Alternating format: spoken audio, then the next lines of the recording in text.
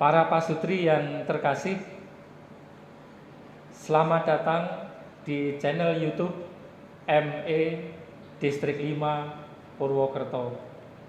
Salam, we love you, we need you. Saya Handono dan pasangan saya Indri dari ME Paroki Santo Agustinus Purbalingga. Perasaan saya hari ini bahagia, sangat bahagia karena bisa hadir di tengah-tengah para pasutri, tetapi juga sekaligus ada rasa khawatir karena ini langkah yang pertama di channel YouTube kita ini. Hari ini kita akan melakukan podcast perdana dalam rangka memperingati Hari Perkawinan Sedunia. Perasaan saya hari ini juga bersyukur, bahagia namun sedikit grogi karena apa yang sedang kami laksanakan ini menjadi hal yang pertama kali untuk pada kesempatan podcast pertama ini. Hari Perkawinan Sedunia diawali pada tahun 1983. Ada usulan Hari Valentine Day dirayakan sebagai hari syukur atas berkat perkawinan. Pada tahun 1983, perayaan ini merambah ke seluruh Amerika.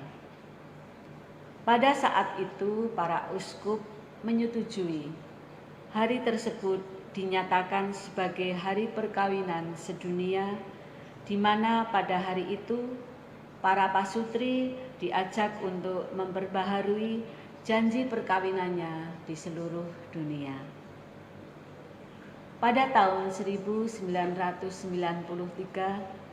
Paus Yohanes Paulus II almarhum menjadikan Hari Perkawinan Sedunia ini menjadi hari yang dirayakan untuk seluruh gereja setiap minggu kedua bulan Februari. Maka tepatlah jika kali ini kita akan membahas tentang tema yang akan kita geluti bersama, yaitu keluarga dipanggil untuk bahagia, bersama Marriage Encounter Paroki Santo Agustinus Purbalingga. Ya, kami hadir di tengah-tengah Anda para pasutri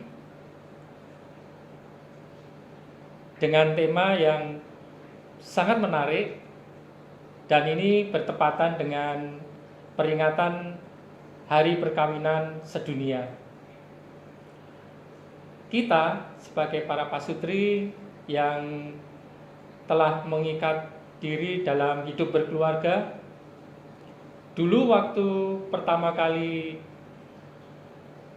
berkenalan dengan pasangan, berproses, memiliki suatu keinginan dan harapan yang sangat baik, yaitu hidup dengan tentram, bahagia, dan sejahtera.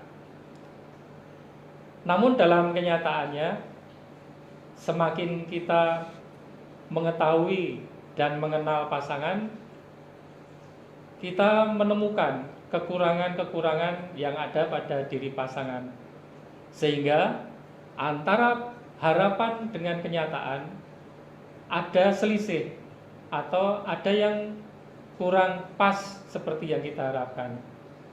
Maka untuk kesempatan ini nanti kita akan membahas tema keluarga dipanggil untuk bahagia.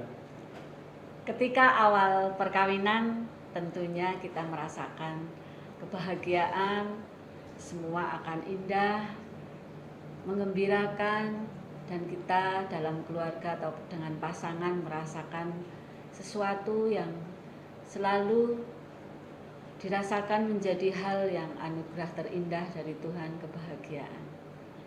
Namun perjalanan waktu banyak yang kita rasakan perubahan dari pasangan kita yang semula kita tidak paham, menjadikan kita para pasutri seringkali merasa semakin tidak paham, seringkali merasa kurang dihargai, seringkali juga bingung, bahkan sampai di suatu saat titik ketidakpercayaan karena kurang paham akan kebiasaan, juga banyak hal yang terjadi pada pasangan dari masing-masing. Tentunya hal ini menjadikan kita semua berusaha atau semakin mencari cara yang terbaik. Hal-hal yang ada pada dari pasangan masing-masing itu semakin menjadikan kita untuk belajar dan tentunya ke depan mencari cara yang terbaik.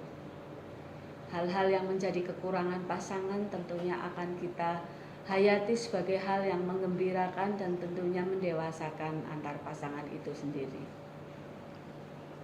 Para pemirsa, hari ini kita akan membahas seputar persoalan-persoalan yang muncul dalam kehidupan sehari-hari di dalam keluarga dan bagaimana cara yang ditempuh agar persoalan-persoalan itu dapat diselesaikan dengan sebaik mungkin.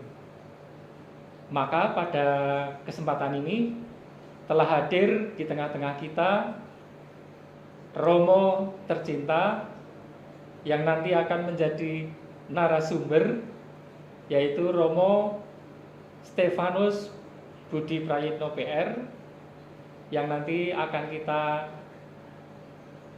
minta informasi-informasi apa yang sangat kita butuhkan. Baik Romo, untuk mengawali podcast kita pada kesempatan kali ini ada pertanyaan yang akan kami ajukan. Berdasarkan pengalaman Romo, persoalan apa yang sering muncul dalam kehidupan rumah tangga yang pernah dikeluhkan pada Romo? Pasutri Handono Indri dan para pasutri yang lain dimanapun Anda berada. Apa yang dikisahkan oleh Indri tadi itu adalah pengalaman yang umum yang dialami oleh pasangan suami istri yang terikat di dalam perkawinan, dalam menjalani hidup perkawinan mereka. Ada masa yang penuh romantika, seakan-akan dunia milik mereka berdua. Ada masa kekecewaan, di mana seringkali timbul pertanyaan, apakah saya menikahi orang yang salah? Dan ada masa yang menjadi keputusan dari Anda berdua sendiri, yakni mencintai adalah keputusan. Nah, ke dalam 3 fase dalam relasi kehidupan para pasutri ini, kita ingat di mana ketika masa romantis, seakan-akan apa yang dikerjakan membawa keindahan, romantika, dan membuat keduanya kelihatan sangat bahagia. Karena di dalam masa romantis ini, pasangannya, suami atau istri, senantiasa berorientasi pada kebutuhan dari pasangannya. Ya, kalau istrinya meminta ini, oke, suaminya tidak keberatan dengan suka hati.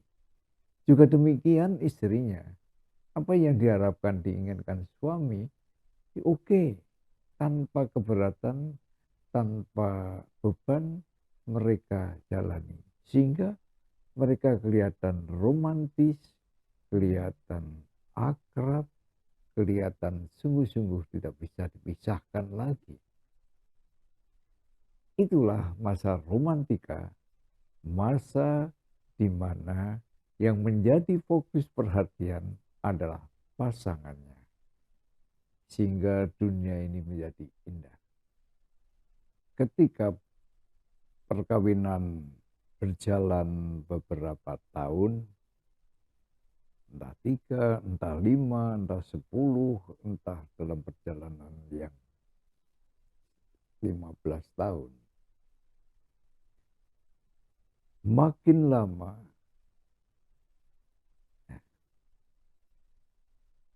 tidak ada sesuatu lagi yang bisa disembunyikan dari pasangannya. Mereka telanjang. Artinya, di dalam kitab suci dikatakan, mereka telanjang tetapi tidak malu. Artinya, mereka berdua tidak bisa lagi bersandiwara. Mereka telanjang.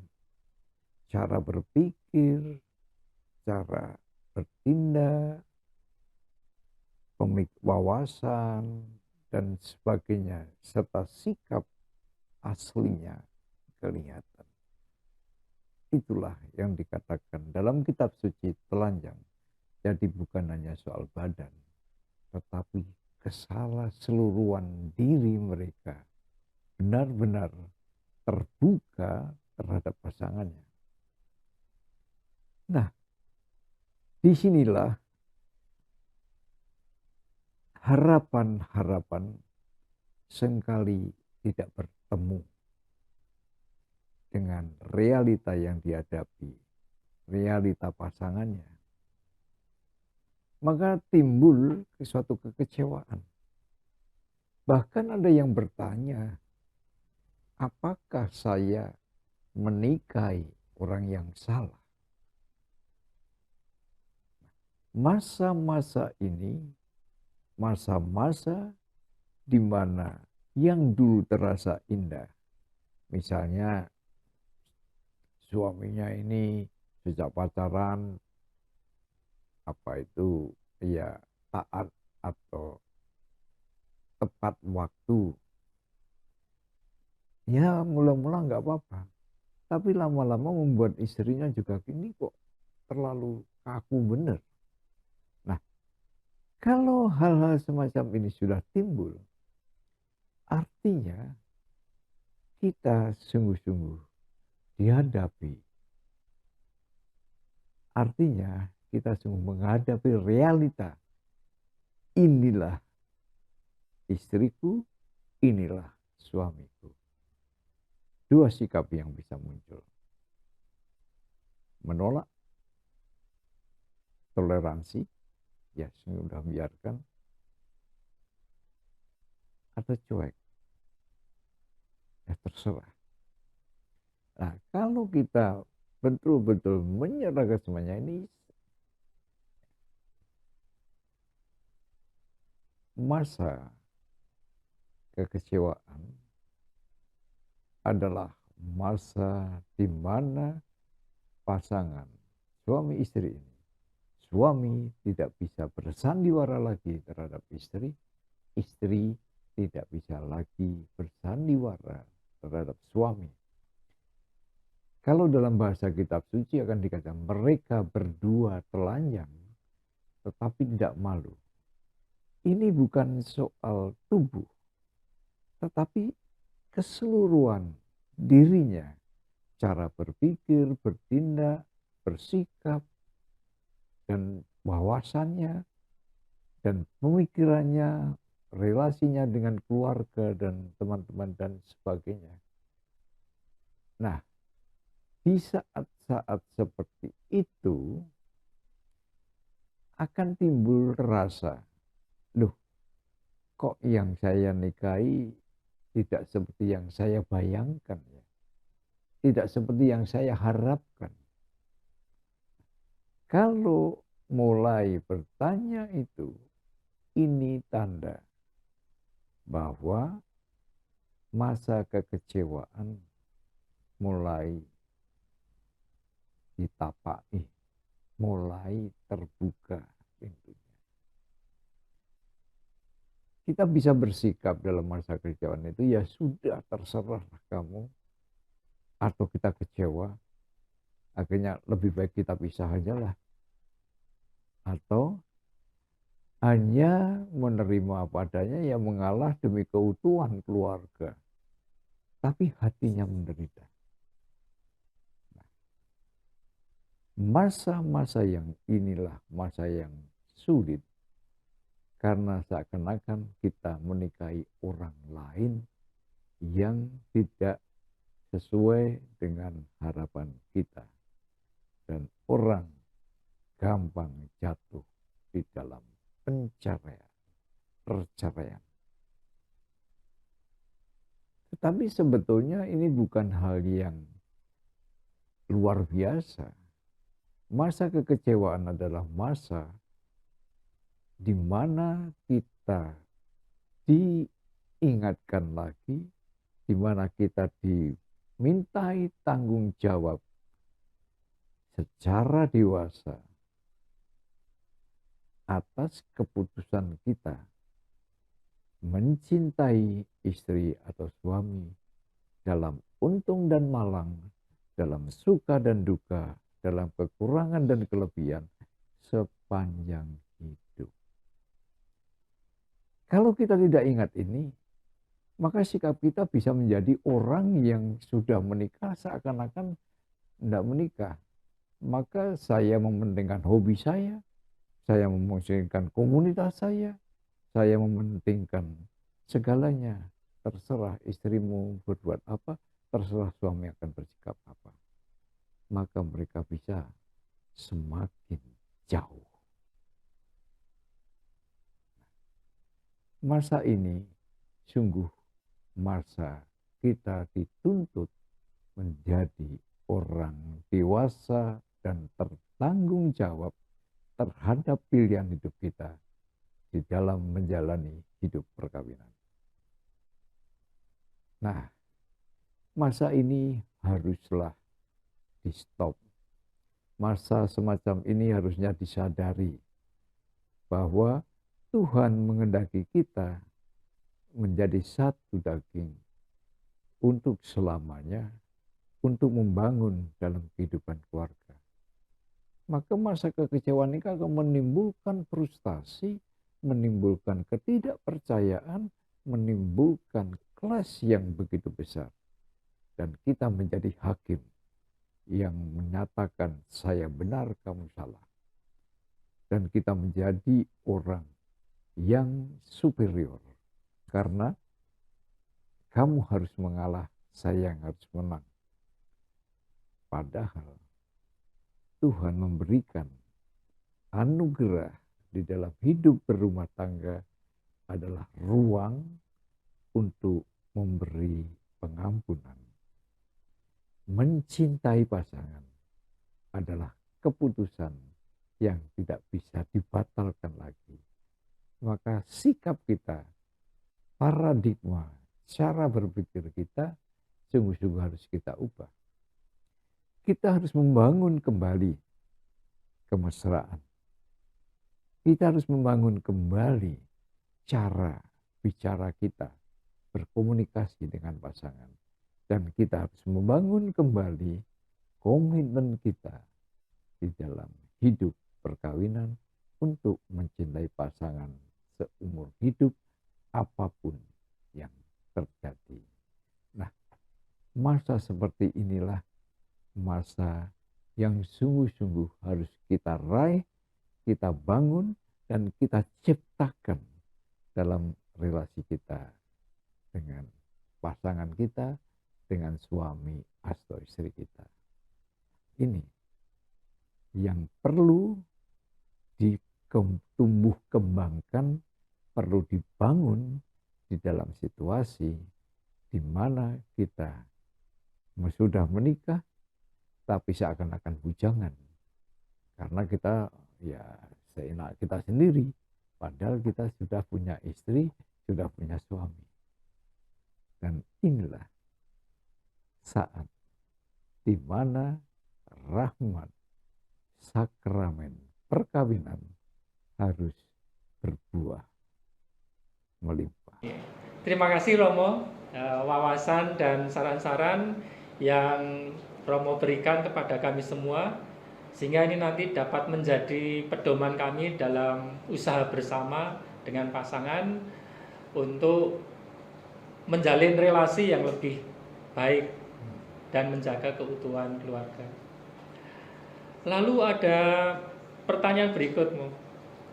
Apa yang perlu dilakukan oleh para pasutri dalam menjaga keutuhan keluarga? Tidak ada cara yang ampuh, instan, semudah membalik tangan. Kita kembali akan pemahaman kita tentang hidup perkawinan. Kalau kita berdasarkan sabda Tuhan, bahwa Tuhan sejak semula mengendaki perkawinan. Perempuan meninggalkan orang tuanya, laki-laki meninggalkan orang tua dan keluarga untuk bersatu dengan istrinya. Mereka menjadi satu daging. Mereka telanjang tetapi tidak malu. Ini adalah kehendak Tuhan dalam perkawinan. Maka untuk menghayati, mewujudkan sabda Tuhan dalam kehidupan kita sehari-hari, sungguh menuntut kita untuk bersikap dewasa dan bertanggung jawab. Maka banyak cara, banyak keterampilan, banyak lembaga-lembaga yang sungguh bisa membantu kita untuk memberikan yang terbaik bagi pasangan kita untuk membangun kehidupan yang berbahagia.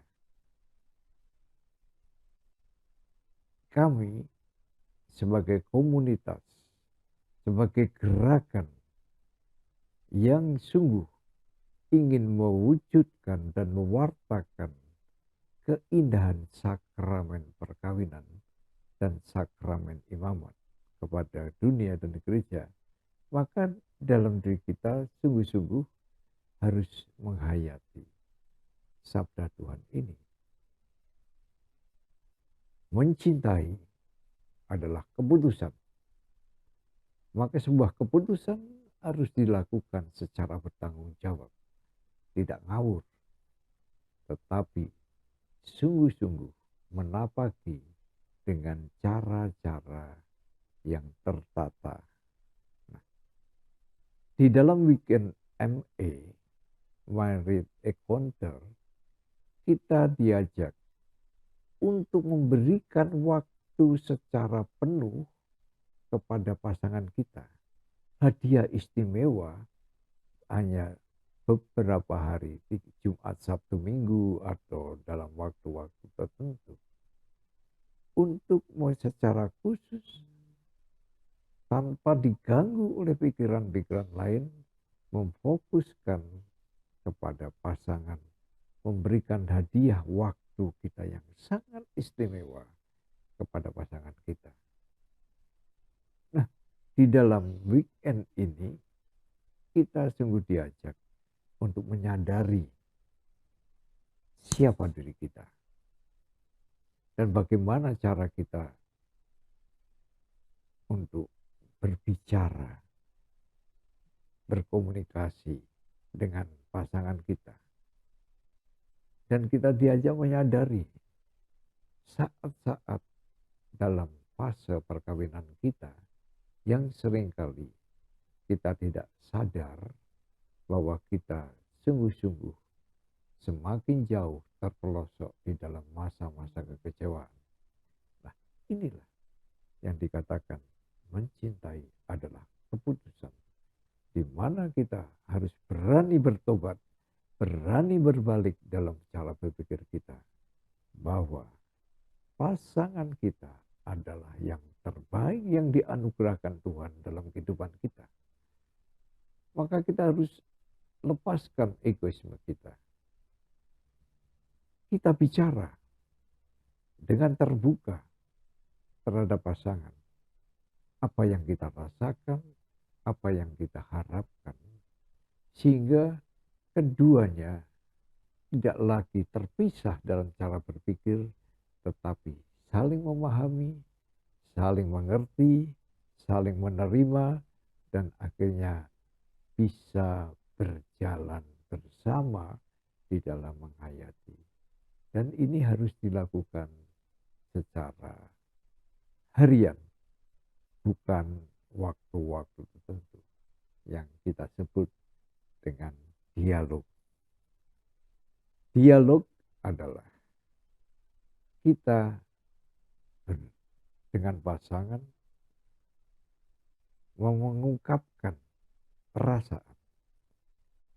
Perasaan itu netral, manusiawi, dan terjadi setiap saat dan bisa berubah. Karena perasaan dipicu oleh suatu peristiwa atau kejadian. Misalnya ada orang ketabrak atau ada tabrakan kendaraan di depan mata kita. Kita terkejut. Kita sungguh-sungguh merasakan suatu hal yang tidak enak. Mungkin ketakutan. Nah, ketakutan, terkejut, bahkan marah, itu adalah manusiawi. Dan tidak ada nilai moralnya, baik atau buruk. Tetapi, kalau perasaan itu diwujudkan dalam tindakan, itu yang sungguh-sungguh mempunyai nilai moral. Misalnya, suami marah karena istrinya membuat sesuatu yang mengecewakan dia. Bisa, rasa marah itu manusiawi. Rasa marah itu selalu dialami oleh setiap orang karena dipicu oleh suatu peristiwa. Tetapi itu tidak ada nilai buruk atau baik, jahat atau enggak. Enggak. Rasa marah jangan dituduh menjadi hal yang buruk, hal yang jahat. Karena rasa marah adalah netral. Berbeda kalau diwujudkan di dalam tindakan rasa marah itu. Untuk mengungkapkan rasa marah ini ada dua cara. Cara pertama, mengajak pasangan berbicara dari hati ke hati dan mengungkapkan rasa marah itu kepada pasangannya.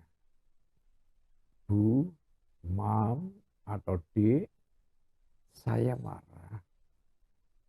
Nah, ini cara yang sungguh-sungguh luar biasa yang bisa kita ungkapkan. Tapi juga ada cara lain mengungkapkan marah. Yaitu karena kita marah lalu membanting semua apa yang ada di depan kita. Dan apa yang terjadi? Kedua ungkapan marah itulah yang sungguh-sungguh bernilai moral. Baik dan buruk, dan juga jahat atau tidak. Atau terpuji, terberkati. Nah, cara mengungkapkan inilah yang dilatih, dipraktekkan, dan menjadi cara hidup kita dalam menjalani kehidupan bersama sebagai suami istri yang disebut dialog. Bukan monolog, tetapi dialog. Bagaimana kita mengungkapkan perasaan kita, apa yang kita alami, sikap kita terhadap suatu peristiwa, tetapi dengan cara yang indah, cara yang terberkati, cara yang tidak membuat pasangan kita sakit hati. Maka tidak ada cara lain kecuali kita berani terbuka, menerima, dan percaya bahwa pasangan saya mencintai saya dan menerima saya padanya. Kepercayaan satu dengan lain menjadi dasar yang kokoh untuk berdialog. Dan berdialog menjadi cara hidup bagi pasangan suami istri yang tergabung dalam gerakan marriage encounter ini tentu tidak mudah dilakukan, karena kalau kita mau menjadikan dialog sebagai penghayatan harian hidup suami istri, harus berani melakukan meskipun susah, jatuh bangun, trial and error, kita tetap melakukannya. Dan tentunya kita percaya bahwa ada pasangan lain yang melakukan hal yang sama dengan kita. Nah, dengan hal ini kita bisa bersatu, bisa berkumpul beberapa pasangan suami istri, saling mengungkapkan perasaannya terhadap peristiwa tertentu, terhadap hal-hal tertentu, atau bahkan kalau kita ngambil bisa membaca teks kitab suci dan kita ungkapkan perasaan kita. Dan ini menjadi suatu pengkayaan, saling memperkaya, penghayatan para pasutri satu dengan yang lain, saling belajar dan saling meneguhkan, berjalan bersama pasangan lain untuk mengadakan dialog. Demikian akan membuat kita semakin mampu menghayati keindahan hidup berumah tangga. Laksanakan ini. Ya, seperti orang naik sepeda. Mungkin berdialog itu genjotan pertama susah. Tetapi kalau sudah berjalan dan mengalir, seringkali kita tidak merasakannya lagi. Dan ini sudah menjadi kebiasaan. Dan itu mengalir begitu saja. Dan itu sudah menjadi cara hidup kita menghayati cinta kita kepada pasangan. Maka harus berlatih, mari dalam kebersamaan dengan pasangan lain kita wujudkan dialog harian kita untuk menghayati, menghidupi perkawinan Anda dan juga berguna bagi pasangan Anda. Untuk bahagia, dan pada kesempatan ini kita semakin diteguhkan bagaimana kita dalam kepasutrian selalu menjaga kesetiaan, menyerahkan keluarga ke hadirat Tuhan, dan tentunya selalu mencari cara. Dan ternyata dialog menjadi cara yang terbaik dan indah di setiap para pasutri, sehingga nantinya akan diperoleh komunikasi yang selama ini kita terus kembangkan, dan tentunya dalam pelayanan bersama sebagai pasutri untuk semakin mencintai gerejanya. Salam. We love you. We need you.